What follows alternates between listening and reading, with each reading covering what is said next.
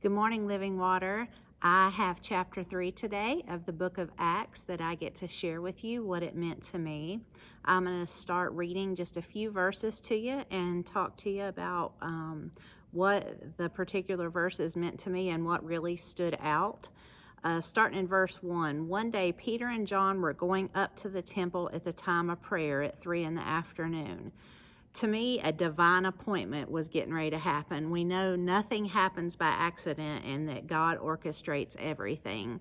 So to me, something very significant was getting ready to happen here, and God pointed Peter and John to be in this moment at this time to have this appointment with this man. Verse 2, now a man who was lame from birth was being carried to the temple gate called Beautiful, where he was put every day to beg from those going into the temple courts. When he saw Peter and John about to enter, he asked them for money. So here this guy was. He had been lame from birth. He was here every day, and he was getting ready to have the appointment of his life that was going to change everything. Verse 4, Peter looked straight at him, as did John. Then Peter said, look at us. So the man gave them his attention, expecting to get something from him. He was definitely going to get something from him that was going to change the rest of his life.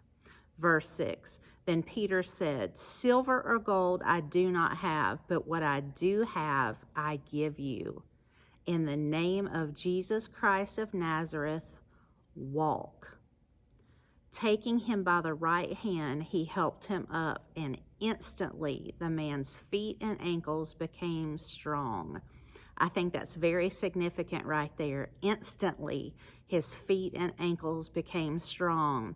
This was a clear sign that this wasn't a gradual thing that happened. This was a clear sign that them speaking the name of Jesus just changed this guy's life. Everything instantly with the name of Jesus changed it. It was the power of that name that gave him the strength in his tendons, the strength in his bones. I don't know about you, but if you've ever had surgery on your legs or your ankles, and if you haven't walked on them in a while, it takes time to get strength back through physical therapy or exercising. That's not the case here. The name of Jesus changed everything about this man's legs. As we go on, verse 8, he did what we probably would do. He jumped to his feet and began to walk. Then he went with them into the temple courts, walking and jumping and praising God. When all the people saw him walking and praising God, they recognized him as the same man who used to sit begging at the temple gate called Beautiful. And they, the people that were watching, so this was a miracle that was done to this man, but this was a huge testimony of Jesus' name that had changed this man's life. And they were filled with wonder and amazement at what had happened to him. Remember that.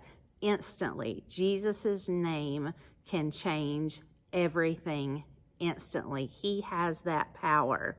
I want to read one more verse to you, and I'm going to conclude verse 16, about midway through the chapter. By the faith in the name of Jesus, this man whom you see and know was made strong.